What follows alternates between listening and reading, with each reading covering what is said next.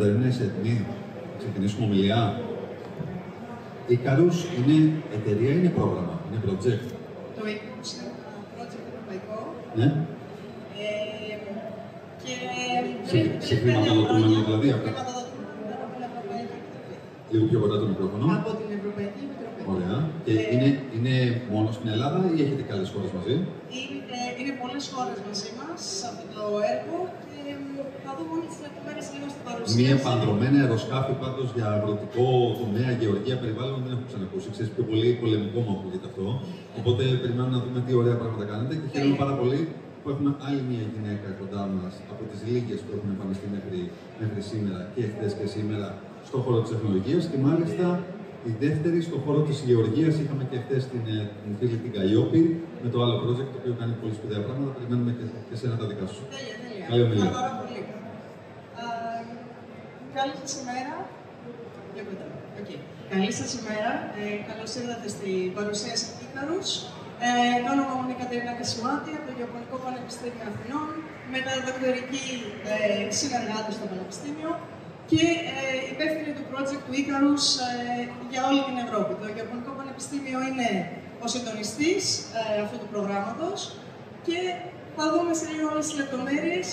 Το Icarus ουσιαστικά το όνομά του είναι καινοτομίες και ανάπτυξη ικανοτήτων στις περιβαλλοντικές και αγροτικές υπηρεσίες με τη χρήση drone, UAVs.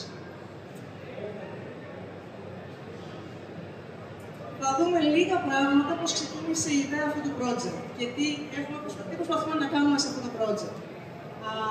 Θα ξεκινήσουμε από τα πολύ βασικά. Νομίζω ότι τώρα θα απαντήσω και στην ερώτηση του Κωνσταντίνου. Πληροφορίες για το έργο. Το έργο αυτό ουσιαστικά ξεκίνησε πριν από 2 χρόνια, το 2022. Συνολική διάρκεια αυτού του έργου είναι 4 χρόνια. Ουσιαστικά είναι ένα project, όπως τα λέμε, είναι τα Horizon Europe, που δίνει χρηματοδότηση η Ευρωπαϊκή Επιτροπή. Και ουσιαστικά είναι ένα πρόγραμμα Research and Innovation. Έτσι ονομάζονται, υπάρχουν διάφορες κατηγορίες. Το συγκεκριμένο έχει μεγάλο κομμάτι έρευνας στις δραστηριότητες του. Το Icarus ουσιαστικά απάντησε σε ένα από τα calls, όπως τα λέμε, της Ευρωπαϊκής Επιτροπής, σε μία από τις κλήσεις, η οποία ονομάζεται Potential of Drones as Multi-Purpose Vehicle, Risks and Added Values. Ουσιαστικά το project αυτό προσπαθεί να δείξει πώς μπορούμε να χρησιμοποιήσουμε τα drones σε διάφορες χρήσεις στο αγροτικό περιβάλλον και γενικά σε περιοχές της υπαίθρου. Οπότε θα τα δούμε αυτά λίγο μαζί και θα σας δώσω και μερικά παραδείγματα σε σχέση με αυτό και τι προσπαθούμε εμείς να κάνουμε στο Icarus. Πώς ξεκινάει όλο αυτό? Ουσιαστικά αυτή τη στιγμή τα drones όλο και περισσότερο, και το γνωρίζετε και εσείς ήδη από το ενδιαφέρον που δείχνετε γι' αυτά, συμβάλλουν όλο και περισσότερο σε διαφορετικές δραστηριότητες καθημερινής μας ζωής, αλλά επίσης έχουν πραγματικά τη δυνητική του να μας βοηθήσουν σε πολλές από τις στρατηγικές που έχει θέσει η ίδια η Ευρωπαϊκή Επιτροπή, η European Commission. Ουσιαστικά μπορούν να μας βοηθήσουν στη διασφάλιση επισητιστικής ασφάλειας, επίσης κλιματικές και περιβαλλοντικές προκλήσεις και ακόμα και στην απώλεια της βιοποικιλότητας. Θα το δούμε μέσα από κάποια παραδείγματα από αυτά που κάνει το ίδιο το project. Παρ' όλα αυτά, και εδώ βλέπετε και μερικά από τα strategies που λέμε, ουσιαστικά είναι οι directives που έρχονται από την Commission. Υπάρχουν όμως κάποιες προκλήσεις οι οποίες είναι συνδεδεμένες με τα drone γενικά σαν έννοια. Υπάρχουν κοινωνικο-οικονομικές προκλήσεις, υπάρχουν περιβαλλοντικές προκλήσεις και υπάρχουν και ρυθμιστικές προκλήσεις. Φυσικά τα drone που γνωρίζουμε ακόμα και αυτή τη στιγμή, έστω και αν όλο και περισσότερο μπορούμε να αγοράζουμε drone σε πολύ καλύτερη τιμή, ακόμα χρειάζονται ένα αρχικό κεφάλαιο το οποίο είναι σημαντικό. Άρα το θεωρούμε μια δαπανηρή επένδυση.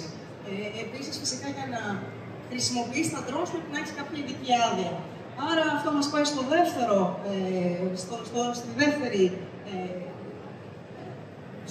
bullet που έχουμε εδώ. Ουσιαστικά έχουμε κενά γνώσης αυτή τη στιγμή. Υπάρχουν πολλά κενά γνώσης σε σχέση με τη χρήση των drone σε διαφορετικούς τομείς που θα τα συζητήσουμε. Επίσης, υπάρχουν θέματα σε σχέση με την προστασία δεδομένων. Γνωρίζετε πολύ καλά ότι δεν μπορούμε απλά να πετάξουμε ένα drone πάνω από την οποιαδήποτε περιοχή. Χρειάζεται ειδική άδεια αν είναι συγκεκριμένες περιοχές. Φυσικά δεν μπορείς να πετάξεις κοντά σε αεροδρόμιο, όπως είμαστε εδώ. Οπότε αυτό είναι ένα θέμα. Και φυσικά υπάρχει και η κακή χρήση τεχνολογίας. Θα το δούμε και σε λίγο στα παραδείγματά μας. Ο ψεκασμός με drone, για παράδειγμα, παρόλο ότι χρησιμοποιείται ήδη το drone για αυτόν τον λόγο, δεν επιτρέπεται. Είναι παράνομο σε αυτή τη φάση. Υπάρχουν επίσης κανονιστικοί περιορισμοί. Το ρυθμιστικό πλαίσιο είναι ακόμα αρκετά στενό και δύσκολο για την χρήση των drone. Και φυσικά και διάφοροι κανόνες ασφαλείας για να πετάξουμε ένα drone με ασφαλές τρόπο. Εμείς τι προσπαθούμε λοιπόν να κάνουμε? Φτιάξαμε μια ομάδα από 13 διαφορετικοί οργανισμοί, 8 διαφορετικές χώρες. Ουσιαστικά προσπαθούμε να καλύψουμε το χάρτη, όλη την Ευρώπη, όσο καλύτερα μπορούμε. Το Γεωπονικό Πανεπιστήμιο είναι υπεύθυνος φορέας, είναι ο συντονιστής του έργου σε αυτό το έργο. Φυσικά μαζί μας και από την Ελλάδα έχουμε άλλους οργανισμούς οι οποίοι δουλεύουν μαζί μας, όπως είναι το Food Skill Hub στην Θεσσαλονίκη και μαζί μας σήμερα εδώ, η Geosense επίσης που είναι εταιρεία με drone, αλλά και ο Ελληνικός Σύνδεσμος Φυτοπροστασίας. Επίσης έχουμε άλλα ευρωπαϊκά πανεπιστήμια, μαζί μας είναι το Wageningen από την Ολλανδία, είναι επίσης το Open University από την Αγγλία και έχουμε άλλους επίσης οργανισμούς, SMEs αλλά και μη κερδοσκοπικούς οργανισμούς, οι οποίοι συμμετέχουν σε αυτή τη σύμπραξη στην Ισπανία, στη Γαλλία, αρκετά έτσι γνωστούς στον χώρο και ειδικά στην έρευνα, μιας και αυτό είναι ένα έργο που ασχολείται με την έρευνα πολύ. Να δούμε τώρα λίγα πράγματα, τι ακριβώς κάνει το Icarus, τη βασική ιδέα, και θα καταλάβετε πώς το στήσαμε όλο αυτό. Ουσιαστικά προσπαθούμε, λέμε, να αλλάξουμε το παιχνίδι στη χρήση των drones. Τι σημαίνει αυτό? Δεν είναι ότι φτιάχνουμε κάτι καινούργιο εμείς. Αυτό όμως που προσπαθούμε να κάνουμε είναι να αποδείξουμε ότι η χρήση των drones μπορεί να γίνει με ασφαλές τρόπο ή ποια είναι τα ρίσκα που συνδέονται με τη χρήση των drones ή ποιοι κανονισμοί υπάρχουν κτλ. Θα τα δούμε σε λίγο όλα. Ξεκινάμε με το πρώτο κομμάτι. Το πρώτο κομμάτι ουσιαστικά είναι η ίδια η έρευνα. Οπότε πώς ξεκινάει το Icarus? Ξεκινάει με το να θέσει μια γερή βάση στο να δούμε, στο να ερευνήσουμε το τι υπάρχει αυτή τη στιγμή στην αγορά. Άρα, ποιοι είναι οι βασικοί παίκτες που υπάρχουν αυτή τη στιγμή στην αγορά, επίσης να δούμε ποιες είναι οι ανάγκες αυτών και φυσικά να δούμε τι τεχνολογία υπάρχει και διατηρεί τα drone, η πλατφόρμα η ίδια των drone, αλλά και εξοπλισμό που μπορούμε να βάλουμε στο κάθε ένα drone και να το χρησιμοποιήσουμε για διαφορετικούς λόγους. Επίσης υπάρχουν μαζί με τη χρήση των drone άμεσα συνδεδεμένα είναι τα μοντέλα ανάλυσης δεδομένων που συλλέγουμε από αυτά, διότι τα drone πλέον μας δίνουν τη δυνατότητα να συλλέξουμε πολλά δεδομένα, πολύ μεγάλο όγκο δεδομένων με μεγάλη ταχύτητα. Και φυσικά έχουμε να κάνουμε και με διαφορετικά standards και με ρυθμιστικούς και κανονισμούς που έχουν να κάνουν με τα drones. Τώρα, το δεύτερο κομμάτι, τα λέμε building blocks ουσιαστικά, το δεύτερο κομμάτι είναι το να αναπτύξουμε αλλά και να παρουσιάσουμε ουσιαστικά μέσα από κάποια πιλωτικά use case του Icarus, να αναδείξουμε τη χρήση του drone με έναν ασφαλή τρόπο για τον τελικό χρήστη. Οπότε θα έχουμε πολλές παρουσιάσεις τα επόμενα 2 χρόνια από τα πιλωτικά μας, σε διάφορα μέρη σε όλη την Ευρώπη. Θέλουμε φυσικά να έχουμε αρκετό κόσμο που ενδιαφέρεται για τη χρήση των drones και να δείξουμε τη τεχνολογία και πώς μπορούμε να χρησιμοποιήσουμε τα δεδομένα. Άλλο ένα κομμάτι πολύ σημαντικό είναι η ανάπτυξη ικανοτήτων και γνώσης γενικά σε σχέση με τη χρήση των drone. Οπότε το πρόγραμμα έχει δημιουργήσει ένα μάθημα, ένα online μάθημα που είναι ανοιχτό για όλους, που μπορούν να το παρακολουθήσουν. Αυτή τη στιγμή 3 από τις συνολικά 24 ώρες είναι online και αυτό το μάθημα είναι υπεύθυνο το Open University στην Αγγλία. Θα είναι στα αγγλικά. Από εκεί και πέρα από αυτό, το οποίο είναι, όπως το λέμε, asynchronous learning, το οποίο σημαίνει ότι ανά πάσα στιγμή ο καθένας μπορεί να το παρακολουθήσει. Στα διάφορα events που θα κάνουμε στο project θα έχουμε και επιτόπια εργαστήρια για να συζητήσουμε θέματα σε σχέση με τα drones και να αναπτύξουμε γνώσεις και ικανότητες.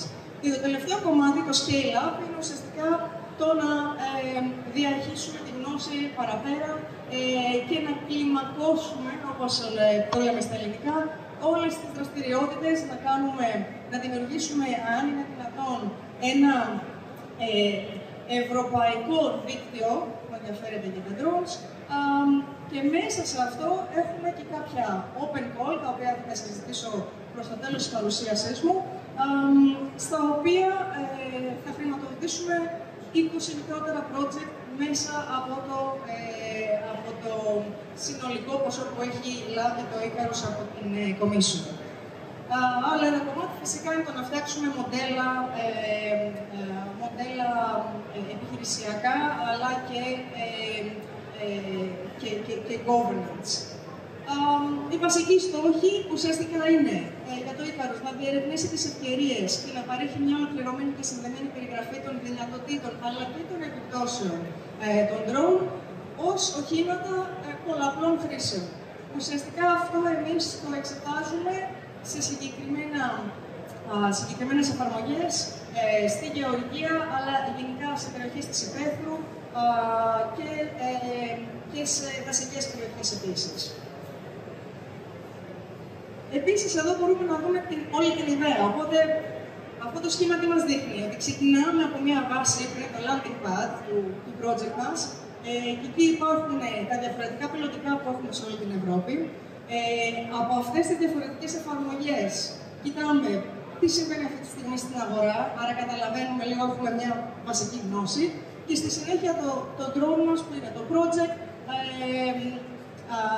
αρχίζει την πτήση του και ουσιαστικά φέρει απάνω κάθε κομμάτι του, κάθε έλικα, είναι ουσιαστικά ένα κομμάτι της δουλειάς που κάνουμε στο project. Αυτά έχουν να κάνουν με το τοπίο της αγοράς στο drone, με το πρώτο. Φτιάχνουμε μια βιβλιοθήκη για την ανάλυση δεδομένων που συλλέγουμε με τα drones. Έχουμε τα πιλωτικά μας, τα Icarus use cases, αλλά και τα open poll trials που θα χρηματοδοτήσουμε. Αποτελέσματα κοινωνικο-οικονομικής και περιβαλλοντικής εκτίμησης επιπτώσεων, να δούμε τελικά η χρήση, τι αποτελέσματα έχει η χρήση των drones σε αυτά τα περιβάλλοντα, μοντέλα επιχειρηματικότητας και διακυβέρνησης και την Ακαδημία Icarus, η οποία ουσιαστικά είναι το μάθημα που σας είπα νωρίτερα και κάποια ακόμα σεμινάρια που θα κάνουμε. Τώρα, σε αυτό το χάρτη εδώ μπορούμε να δούμε τις διάφορες πιλωτικές εφαρμογές του project. Η πρώτη θα τις δούμε στη συνέχεια με πιο πολλές λεπτομέρειες. Η πρώτη εφαρμογή είναι στην Ισπανία, που έχει να κάνει με παρακολούθηση αμπελιών καλλιέργειας. Εμείς επιλέξαμε το αμπέλι ως ένα προϊόν και μια καλλιέργεια υψηλής αξίας. Στη συνέχεια έχουμε σαν το επόμενο βήμα ψεκασμό drone. Επίσης, στην προκειμένη περίπτωση κάνουμε κάποια πειράματα. Είναι στην Ελλάδα και είναι πάλι σε αμπέλι. Έχουμε ένα πιλωτικό στην Γαλλία που έχει να κάνει με την παρακολούθηση βοσκοτόπων σε λιβάδια, κτηνοτροφικών μονάδων. Στη συνέχεια έχουμε παρακολούθηση δασικών εκτάσεων, αλλά και βιοποικιλότητα στη Λιθουανία. Και το τελευταίο μας πιλωτικό είναι μεταξύ Ελλάδας και Βόρειας Μακεδονίας, όπου προσπαθούμε να δείξουμε τη χρήση των drones για τη μεταφορά μικρών αντικειμένων σε περιοχές της υπαίθρου. Θα σας πω κάποιες περισσότερες λεπτομέρειες σε σχέση με τα πιλωτικά μας. Το πρώτο πιλωτικό που σας ανέφερα είναι η παρακολούθηση καλλιεργειών. Το συγκεκριμένο, όπως σας είπα, είναι στην Ισπανία. Ουσιαστικά τι προσπαθούμε να κάνουμε, γενικά προσπαθούμε να παρακολουθήσουμε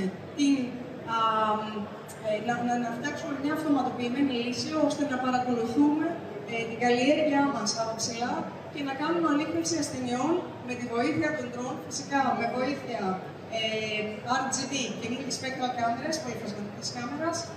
Ουσιαστικά παίρνουμε εικόνες, οι οποίες αυτές οι εικόνες στη συνέχεια φτιάχνουμε ορθομοσαϊκά, όπως τα λέμε, δημιουργούμε τους δείκτες βλάστησης, vegetation indices, όπως είναι στα αγγλικά, θα σας λέω και μερικά στα αγγλικά, και στη συνέχεια μπορούμε να δημιουργήσουμε μια οπτικοποίηση του χωραφιού μας, ακόμα και ένα 3D μοντέλο, όπως προσπαθούμε σε αυτή την περίπτωση, για να δούμε σε ποιο σημείο, εάν είναι δυνατόν, σε επίπεδο πρέμνου, υπάρχει θέμα στο χωράφι μας και πού υπάρχει ασθένεια στο φυτό μας ή κάποια έλλειψη σε κάποια συγκεκριμένη περιοχή. Δεν θα σας κουράσω πολύ με τα τεχνικά. Εδώ πάλι βλέπετε από την RGB εικόνα, που σημαίνει 3 φάσματα, red, green and blue, κόκκινο, πράσινο και μπλε.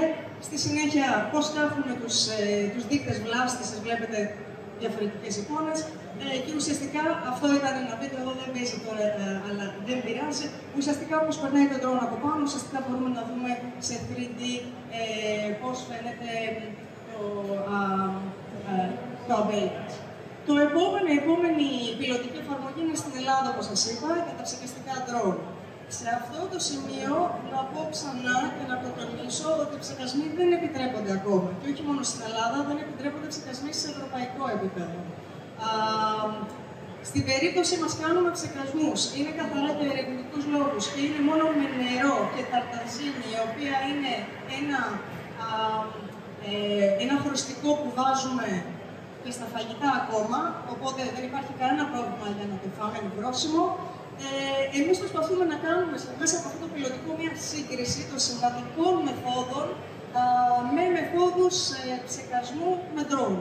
Οπότε γίνεται αυτή η σύγκριση μεταξύ των δύο, χρησιμοποιώντας πολύ συγκεκριμένα ISO, πολύ συγκεκριμένα μοντέλα, τυποποιημένα μοντέλα, και ουσιαστικά πετώντας το drone σε διαφορετικά ύψη, διαφορετική ταχύτητα και σε διαφορετική θέση πάνω από το πρέμνο, μπορούμε να δούμε τα αποτελέσματα του ψεκασμού και την αποτελεσματικότητα, αλλά και αυτό που λέμε τη διάχυση του ψεκαστικού υγρού, του spray drift.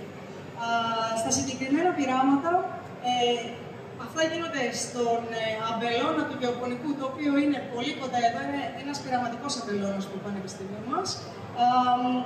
Και θα δούμε στα επόμενα slide κάποιες φωτογραφίες.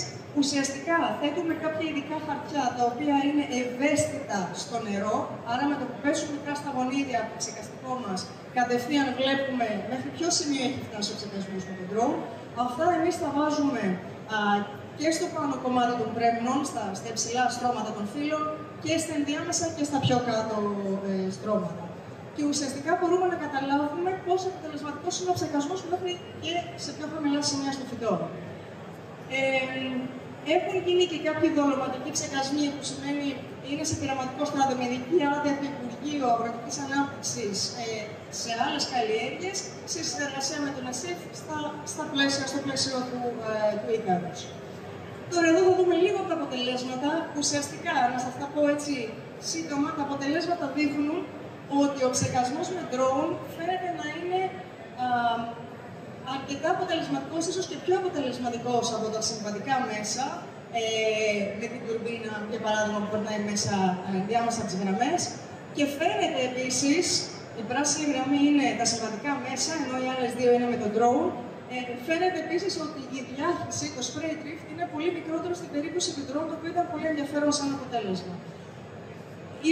Έχουμε τελειώσει 2 χρονιές πειραμάτων και φέτος, σε λίγο καιρό, ξεκινάμε την 3η χρονιά, οπότε θα συνεχίσουμε να κάνουμε αναλύσεις στα αποτελέσματα, να δούμε αν όντως είναι αυτά που παρουσιάζουμε μέχρι στιγμής και βλέπουμε. Τώρα, άλλο ένα πιλωτικό έχει να κάνει με την παρακολούθηση κτηνοτροφικών μονάδων. Το συγκεκριμένο, όπως σας είπα, λαμβάνει χώρα στη Γαλλία. Ουσιαστικά, τι προσπαθούμε να κάνουμε, να δούμε ποια είναι τα κατάλληλα μοντέλα, αλλά και ο κατάλληλος εξοπλισμός που μπορούμε να χρησιμοποιήσουμε σε κτηνοτροφικές μονάδες, φυσικά στη σχέση με τα drones, και να φτιάξουμε έναν κατάλογο, ουσιαστικά έναν οδηγό για τον χρήστη, για τον τελικό χρήστη, που θα του δώσει οδηγίες με ποιον τρόπο μπορεί ασφαλώς να χρησιμοποιήσει τα drone στην παρακολούθηση των κτηνοτροφικών μονάδων. Και εδώ μπορούμε να δούμε κάποια από τα νούμερα ουσιαστικά. Εμείς αυτό που προσπαθούμε να κάνουμε είναι να μειώσουμε και τον χρόνο αλλά και τον κόπο ουσιαστικά που κάνει ο κτηνοτρόφος, ο παραγωγός. Μπορούμε να δούμε εδώ ότι ουσιαστικά το 8%, αυτό είναι γαλλικά δεδομένα, από τη Γαλλία τα δεδομένα αυτά, το 8% των κτηνοτρόφων είναι εξοπλισμένο με drones, αλλά χρειάζονται ένα σαφές πλαίσιο για την αξιολόγηση της ασφάλειας και της νομιμότητας, και το 19% σκέφτεται να αγοράσει ένα drone τα επόμενα 2 χρόνια. Άρα η αγορά γενικά μεγαλώνει πολύ σε σχέση με τα drone και ειδικά στον χώρο, όπως δείχνουν όλα, της γεωργίας και των αγροτικών περιοχών. Παρακολούθηση δασικών εκτάσεων και βιοποικιλότητας. Αυτό που προσπαθούμε να κάνουμε σε αυτή την περίπτωση έχει 3 σκέλη. Το πρώτο έχει να κάνει γενικά με την υγεία των δέντρων σε δασικές περιοχές. Αυτό γίνεται και με τη σύγκριση δεδομένων, όχι μόνο, δεν παίρνουμε μόνο δεδομένα από τα drones, αλλά και δορυφορικές εικόνες. Εντοπισμό και επιθεώρηση περιοχών δυνητικά υψηλού κινδύνου πυρκαγιάς. Νομίζω ότι ήδη θα ήταν πολύ σημαντικό να έχουμε μια λύση γι' αυτό, αλλά και τα επόμενα χρόνια φαίνεται ότι θα παίξει πολύ μεγάλο ρόλο τα drones στο συγκεκριμένο θέμα. Όλο και περισσότερες πυρκαγιές έχουμε δυστυχώς σε όλο τον πλανήτη. Και παρακολούθηση των οικοσυστημάτων για αξιολόγηση της βιοποικιλότητας. Στην προκειμένη περίπτωση, κοιτάμε πληθυσμούς αγριόχειρων, οι οποίοι κινούνται από τα δάση σε κατοικημένες περιοχές. Και εδώ είναι πάλι λίγο η μεθοδολογία, είναι ουσιαστικά αυτό που σας είπα, ότι παίρνουμε δεδομένα και από δορυφορικές εικόνες και από drones, στη συνέχεια γίνεται η ανάλυση των δεδομένων. Με κάποιους αλγορίθμους μπορούμε να δούμε σε ποια σημεία έχουμε θέμα στις δασικές εκτάσεις ή ποια δέντρα υπάρχει θέμα. Και αυτό που θέλουμε να κάνουμε σαν επόμενο βήμα είναι να συλλέξουμε και δεδομένα για την κοινωνικο-οικονομική ουσιαστικά ανάλυση, να δούμε αυτά τα στοιχεία και να δούμε πώς πραγματικά μας βοηθάνε τα drones. Εδώ έχουμε κάποιες εικόνες, μπορούμε να δούμε περιοχές στις οποίες υπήρχε θέμα στις δασικές εκτάσεις. Και το τελευταίο πιλωτικό, το οποίο προαναφέραμε, έχει να κάνει με τη μεταφορά αντικειμένων. Μιλάμε για μικρά αντικείμενα και πάλι σε περιοχές της υπαίθρου, αγροτικές περιοχές, που ουσιαστικά θέλουμε να φτιάξουμε ένα σύστημα διαχείρισης του στόλου των drones. Δηλαδή, να μπορούμε να χρησιμοποιήσουμε διαφορετικό τύπο drones, να βρούμε την κατάλληλη διαδρομή που θέλουμε να στείλουμε τα αντικείμενά μας, και έχει να κάνει και πάλι με μικρά αντικείμενα, κάποια έγγραφα, κάποιο ιατρικά εφόδια που μπορεί να χρειαστούν σε κτηνοτροφικές μονάδες ή κάτι τέτοιο. Και στη συνέχεια προσπαθούμε να φτιάξουμε μέσα από ένα cloud-based, ένα λογισμικό υπολογιστικού νέφους, να έχουμε σε αληθινό χρόνο, αν γίνεται, κάποιες προτάσεις από το σύστημα, πού πρέπει να περάσει το drone, πόση ώρα θα κάνει, πού είναι η βέλτιστη διαδρομή. Χρησιμοποιούμε επίσης, να γυρίσω πίσω, 3 διαφορετικούς τύπους drone, multicopter με πολλαπλά στροφεία. Επίσης έχουμε ένα fixed wing, το σταθερό πτερυγείο, και ένα ελικόπτερο, ένα μικρό ελικόπτερο που χρησιμοποιούμε για αυτόν τον λόγο. Στη συγκεκριμένη περίπτωση κοιτάμε 2 διαφορετικά σενάρια. Αυτό που προσπαθούμε να κάνουμε είναι να δούμε πώς μπορούμε να συνδέσουμε ένα κεντρικό σημείο με περιοχές πιο έξω στην ύπαιθρο. Και εδώ βλέπουμε κάποια από τα στοιχεία του συστήματος διαχείρισης του στόλου των drones.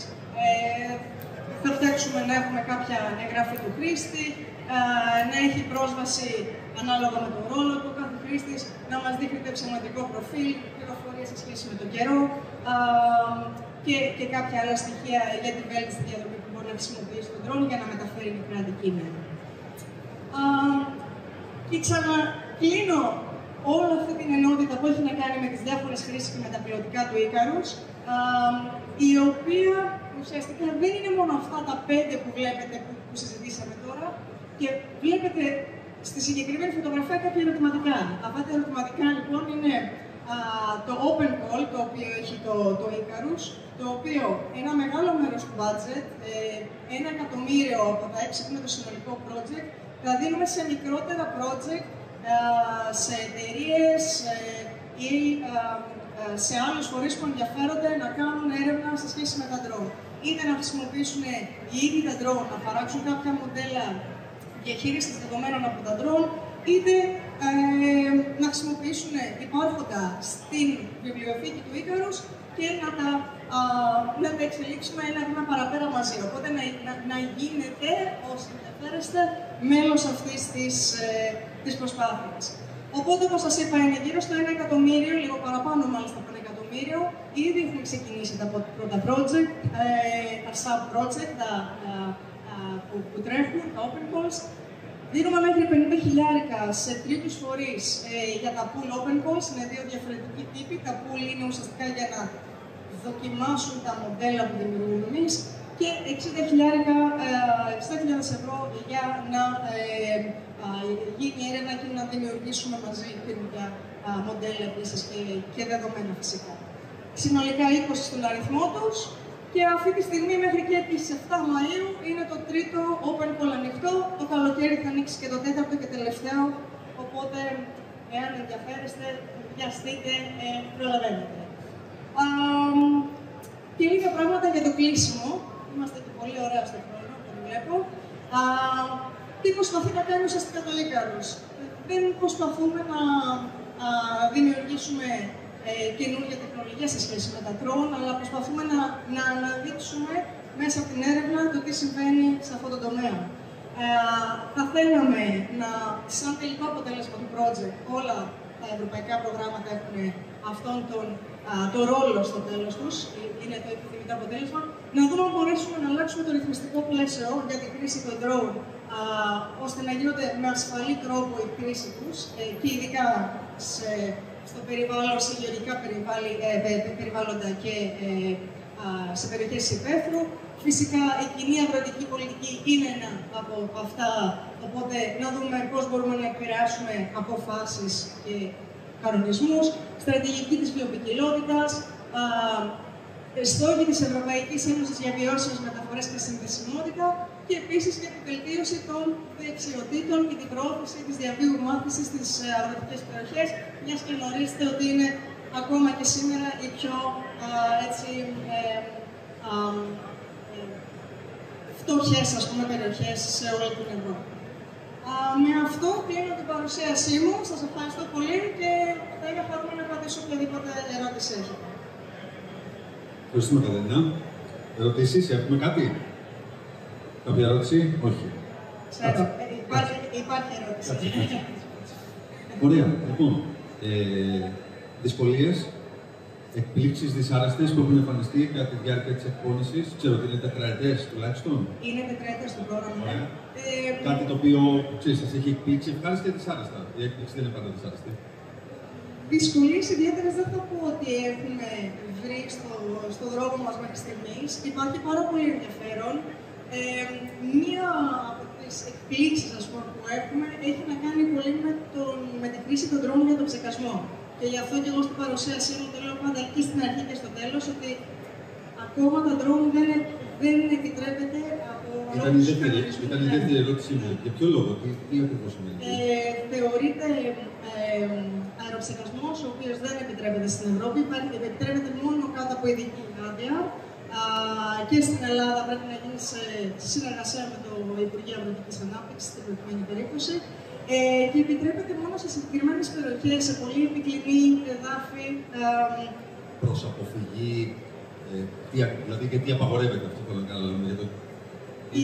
υπάρχει πλαίσιο παραλόγου δηλαδή σε αυτό, δηλαδή θα μπορούσε να είναι ασφαλές ενώ δεν επιτρέπεται ή όντως είναι κάτι το οποίο δεν είναι well regulated ακόμα?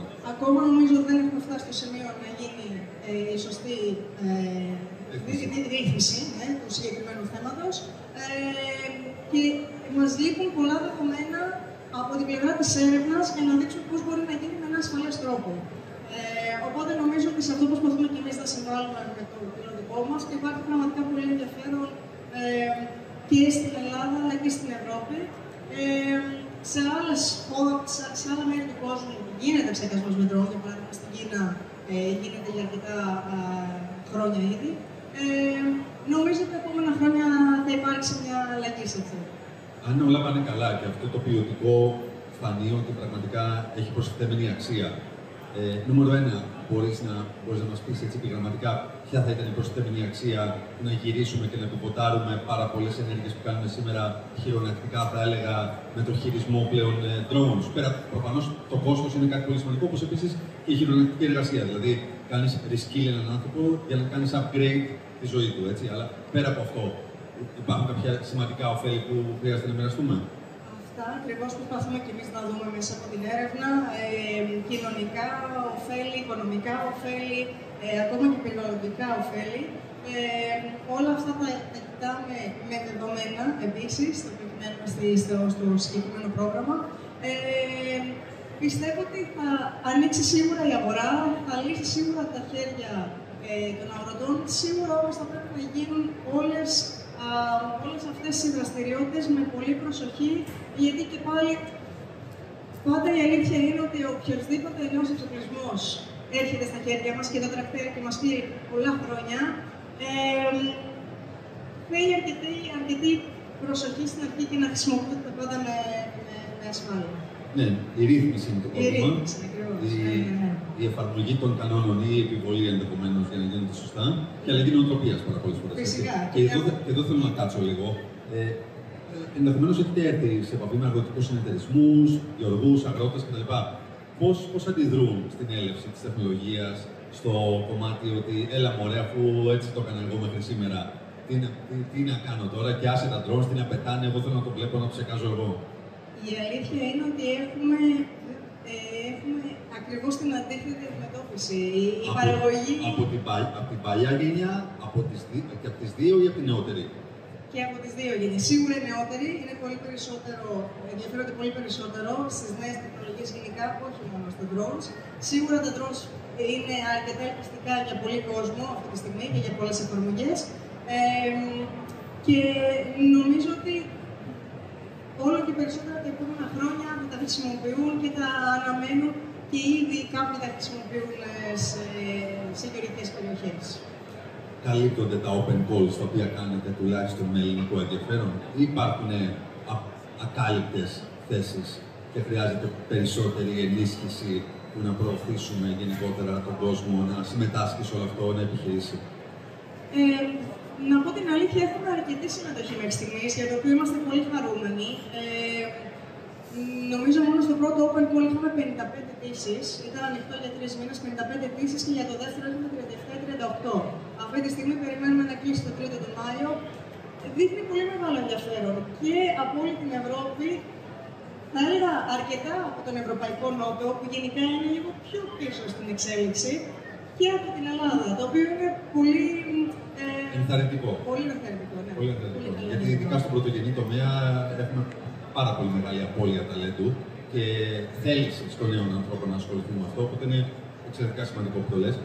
Και άλλη μια ερώτηση έχει να κάνει με όλη αυτή τη δουλειά την οποία κάνετε, που είναι αξιέπαινη και αντιλαμβάνομαι ότι ανακαλύπτετε νέα πράγματα, δεν είναι κάτι το οποίο έχετε ξανακάνει.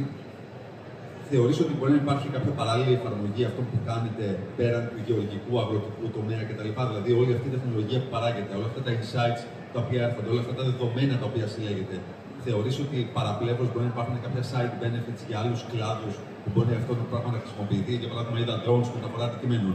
Γιατί αυτό να αφορά μόνο τον γεωργό, τον αγρότη, τον κτηνίατρο και να μην αφορά την πίτσα που θέλω να παραγγείλω, την επόμενη μέρα? Αυτό εννοώ. Σίγουρα θα φτάσουμε και σε αυτό το σημείο. Τα drone αυτή τη στιγμή μπορούμε να δούμε πολλές εφαρμογές και πολλά βίντεο κυκλοφορούν. Ακόμα και στην πυρόσβεση, αν έχετε δει το τελευταίο καιρό, κυκλοφορούν πολλά. Φυσικά στη μεταφορά αντικειμένων, σε υλοτομία επίσης, είναι σε πολλές εφαρμογές. Οπότε νομίζω ότι τα επόμενα χρόνια οι εφαρμογές απλά μπορούμε να σκεφτούμε περισσότερες ιδέες, δεν το συζητάμε. Άρα φαντάζεσαι εσύ, έχεις οραματιστεί έναν κόσμο μετά από 10 περίπου χρόνια που τα drones θα έχουν ουσιαστικά, δεν θα πω αντικαταστήσει, θα έλεγα συμπληρώσει τον άνθρωπο σε πάρα πολλές δραστηριότητες του επαγγελματικές και εμείς, σωστά? Νομίζω ότι σίγουρα θα παίξουν ένα μεγάλο ρόλο τα επόμενα χρόνια σε πολλές δραστηριότητες. Ναι.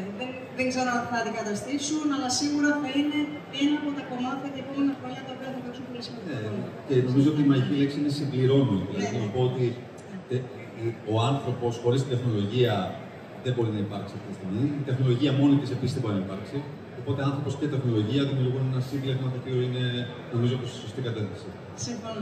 Ωραία, ωραία. Ευχαριστώ πολύ. Εγώ ευχαριστώ. Να είσαι καλά, Κατερίνα. Ευχαριστούμε πάρα πολύ. Να είστε καλά.